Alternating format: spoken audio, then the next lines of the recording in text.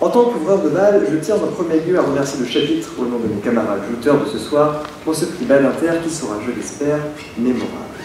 Avant d'aller plus loin, en aval ou en amont, je ne sais plus très bien, je dois vous avouer mon désarroi. Oui, désarroi, car pendant longtemps j'avais cru trouver le bon fillon avec François. Mais ça, c'était avant Benoît. Je me souviens de la première fois où j'ai entendu parler de ce Brestois. C'était dans une émission de France 3. Non, pas celle à laquelle vous pensez. Je préfère des émissions où les doubleurs semblent tout droit sortis de Pôle emploi. Atmosphère. Benoît était seul dans le living room quand soudainement rentra son ami Thierry. Benoît, mais que fais-tu là? Je ne sais pas, Thierry. Je suis en plein doute. Mais pourquoi cela? Je ne peux pas te le dire, Motus. Et bouge-pouce. Je respecte ton choix. Très bien, je vais te le dire alors si tu insistes. Je veux incarner le changement. Quoi? Tu veux passer chez Choche? Non. Je veux redonner le goût de vivre à tous ces étudiants. Quoi? Mais tu n'y penses pas, oui. C'est bien trop dur. Concentre-toi plutôt sur l'Élysée. C'est bien sûr, tu as raison, Thierry. Tu m'envoies soulagé, Benoît. Je viens de monter mon mouvement bécariste pour un CDE intègre. Quoi? Un CDE intègre pour vous. Bref. C'est dans ce soap opéra que j'ai fait la connaissance de Benoît. C'est ébranlé dans mes certitudes et questionné dans mes idées que je me suis trouvé. Alors je sais pas ce que vous allez me dire. Benoît Hamon. Benoît Hamon. Comment vais-je pouvoir convaincre des étudiants de Sciences Po de voter pour lui? Il est beaucoup trop à gauche, m'a-t-on dit. Soit.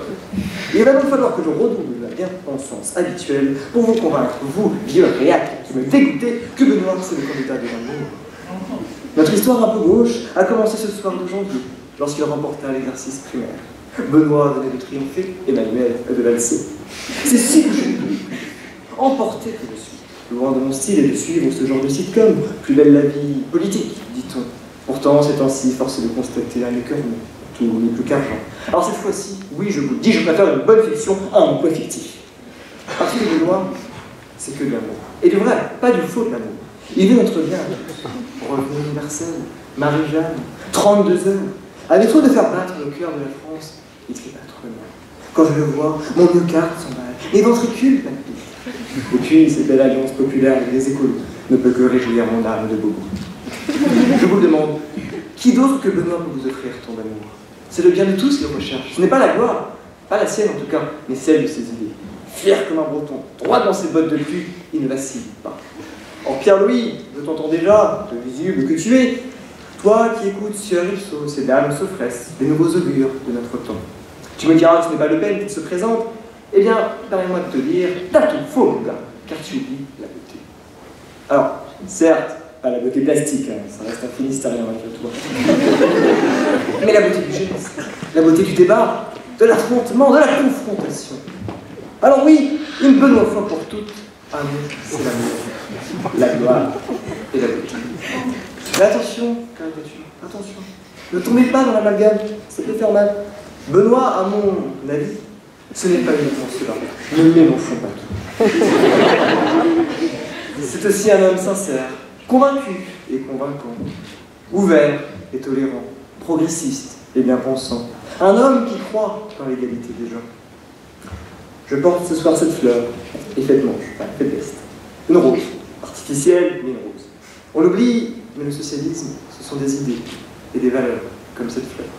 Symbole de douceur et d'espérance.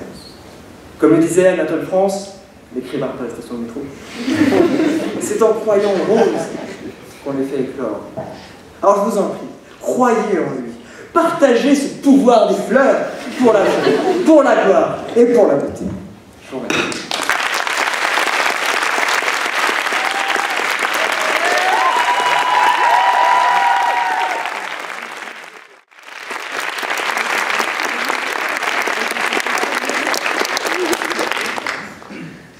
Pas plus tard que la semaine dernière, j'étais au téléphone avec un ami paléontologue.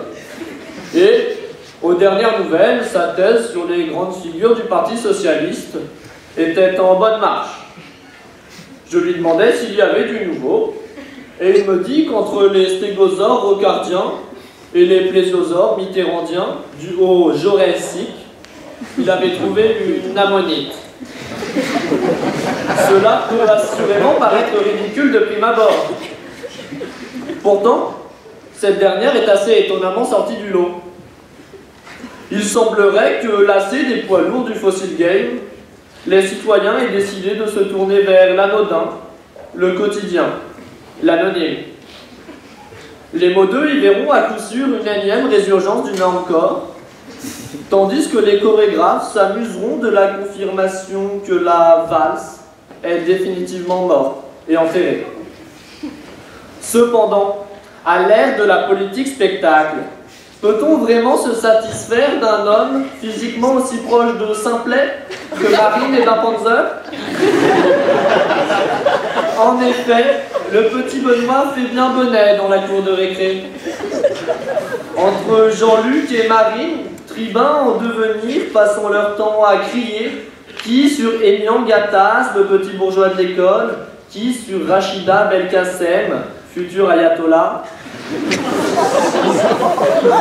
Entre François qui fait du racket en invectivant ses feignasses de prof, mais toujours sapé nickel, bien évidemment. Et Manu, le petit nouveau chouchou de la maîtresse, qui organise de somptueuses et somptuaires soirées afin de se faire des copains. Et oui, à part les 3-4 costonneurs du bahut, comprenez élèves en section littéraire, Ben a bien du mal à engranger des soutiens pour briguer la magistrature suprême, comprenez être délégué de classe. Malgré des esgourdes à faire pâlir d'envie d'homme beau, le pauvre Benoît a toutes les peines du monde à prendre son envol. Aurais-je perdu tout cynisme, une larme réussirait indubitablement à s'extraire de mes yeux. Il n'en est toutefois rien. Tout ce que je vois est un catéchisme socialiste qui est devenu un combat de karaté-schisme, avec à ma gauche le merluchon de Jaurès, auteur du hareng de Bismarck, et toujours à ma gauche, Bilal Hamon, auteur d'un hold-up électoral en janvier. Désolante situation, n'est-ce pas, que cet affrontement sans gloire pour un quart de l'auditoire. Tous les deux en train de gueuler dans le prétoire, au lieu de s'asseoir autour d'un verre de permagloire. À se tirer dessus à coups de pétoire, ils finiront penauds au parloir, jusqu'à ce que le 23 avril, ils aient chacun autant de mal à s'asseoir que Magloire.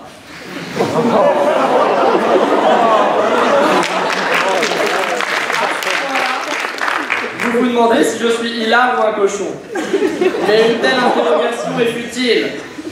Il faut se recentrer sur ce qu'est la beauté. La beauté n'est selon le trésor de la langue française que ce qui plaît universellement. Ce qui est à vrai dire tout sauf le cas du revenu universel, puisque ce dernier ne plaît au premier chef pas au trésor. Non, la beauté n'a pas à être recouverte par un carré noué autour du chef. Couvre-chef maintes fois radicalisé, qui ne fait qu'ôter à la beauté son radical, le beau. Nous dirons donc non aux burkinistes, et pour cela je ne vois qu'une liste, le mouvement bécariste, vers un CDE intègre. En effet, mes chers jurés, vous n'allez pas voter pour Nicolas. Le corps électoral l'ayant déjà rejeté 2 fois, faites donc que le dicton s'applique. Merci.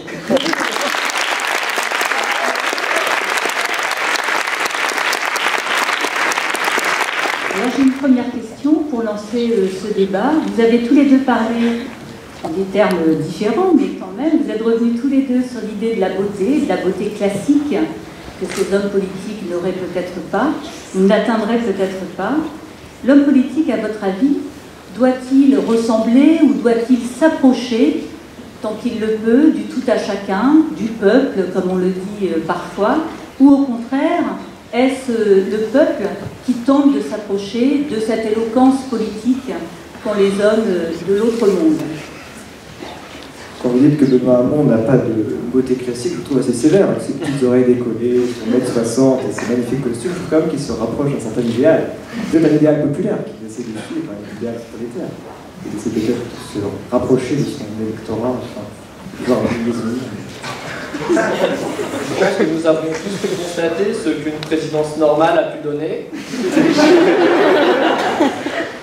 Alors, à vrai dire, est-ce que le populo doit se rapprocher du politique? C'est aussi une bonne question, puisque 13 000 € est une somme assez coquette pour un costume. Toutefois, s'il y a inflation, on peut vite y venir. Donc, je laisse la question en suspens. enfants et les économistes parmi vous viendront y répondre à coup sûr. Donc vous avez tous les deux remarqué la référence que vous êtes suivie avec la série télévisée que je suis sûre vous suivez avec assiduité. Et est-ce que pour vous la campagne à laquelle on assiste actuellement est meilleure qu'Amour, gloire et beauté? Bien sûr, oui, tant de rebondissements, tant de péripéties, on se trouverait dans un épisode de House of Cards, je le sais. Non, clairement, suivre la campagne, c'est avec délectation et joie que nous suivons tous les rebondissements, que chaque jour le canard enchaîné se fait un plaisir de nous début. Je pense que c'est ça. Ah oui, il a été excellent ce canard.